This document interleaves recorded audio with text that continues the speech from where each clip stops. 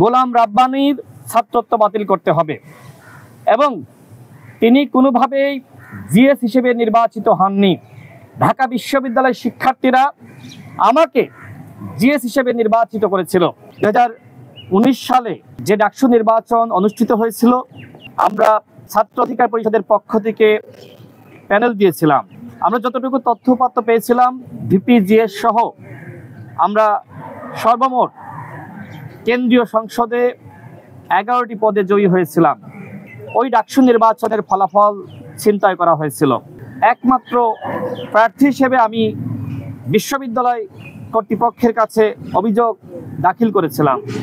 গোলাম রাব্বানী ওই সময় অবৈধভাবে ছাত্রত্ব নিয়ে ডাকসু নির্বাচন করে, সুতরাং গোলাম রাব্বানীর ছাত্রত্ব বাতিল করতে হবে এবং তিনি কোনোভাবেই জিএস হিসেবে নির্বাচিত হননি।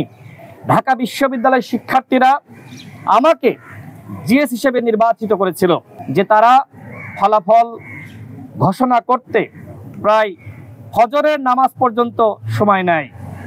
এর পিছনে কি কারণ? এর পিছনে কারণ হলো যে শেখ হাসিনা কি চায়। শেখ হাসিনার চাওয়ার প্রেক্ষিতেই তৎকালীন উপাচার্য, সেই কুখ্যাত শিক্ষক নামের কুলাঙ্গার, আজকে বলতে বাধ্য হচ্ছে, সেই আখতারুজ্জামান মধ্য শেষ রাতে একটি ফলাফল ঘোষণা করে। সেই ফলাফলে আমরা দেখি গোলাম রাব্বানীকে জিএস হিসেবে ঘোষণা করা হয়। ডাকসুতে অবৈধভাবে ঘোষিত হয়েছে, অবশ্যই তাদের পদ বাতিল করতে হবে। রাব্বানীর এগেইনস্টে আমি অভিযোগপত্র দিয়েছি, তার ছাত্রত্ব বাতিল করতে হবে এবং একই সাথে তার জিএস পদ বাতিল করতে হবে। সেই কুখ্যাত উপাচার্য আখতারুজ্জামান সহ যারা 19 সালের ডাকসু নির্বাচনের কারচুপি এবং ছাত্রলীগের প্যানেলকে জিতিয়ে দেওয়ার সাথে জড়িত ছিল, তাদেরকে শাস্তির মুখোমুখি করতে হবে। ছাত্রলীগের আরও কয়েকজন অবৈধভাবে ভর্তি হয়ে তারা কিন্তু ডাকসুতে নেতা হয়েছিল, সুতরাং তাদের পদ বাতিল করতে হবে, ছাত্রত্ব বাতিল করতে হবে। যে আমি কোনো হাইকোর্টে যেতে চাই না, গণ অভ্যুত্থান হয়েছে, এই বিশ্ববিদ্যালয়ের দায়িত্ব সঠিক সমাধান দেওয়া। যেমনিভাবে পুলিশের কুখ্যাত আইজিপি ব্যানার্জির তার যে পিএইচডি ডিগ্রি সেটি বাতিল করা হয়েছে।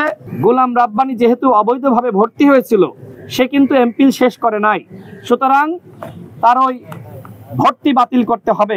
এই বিশ্ববিদ্যালয়ের কল্যাণে আমরা কিন্তু জাতীয় পর্যায়ে থেকেও কাজ করতে পারবো। বিশ্ববিদ্যালয়ে বিভিন্ন সময় গণতান্ত্রিক আন্দোলনে আমাদের সাথে যুক্ত ছিলেন, তারাও এক প্রকার ভিকটিম।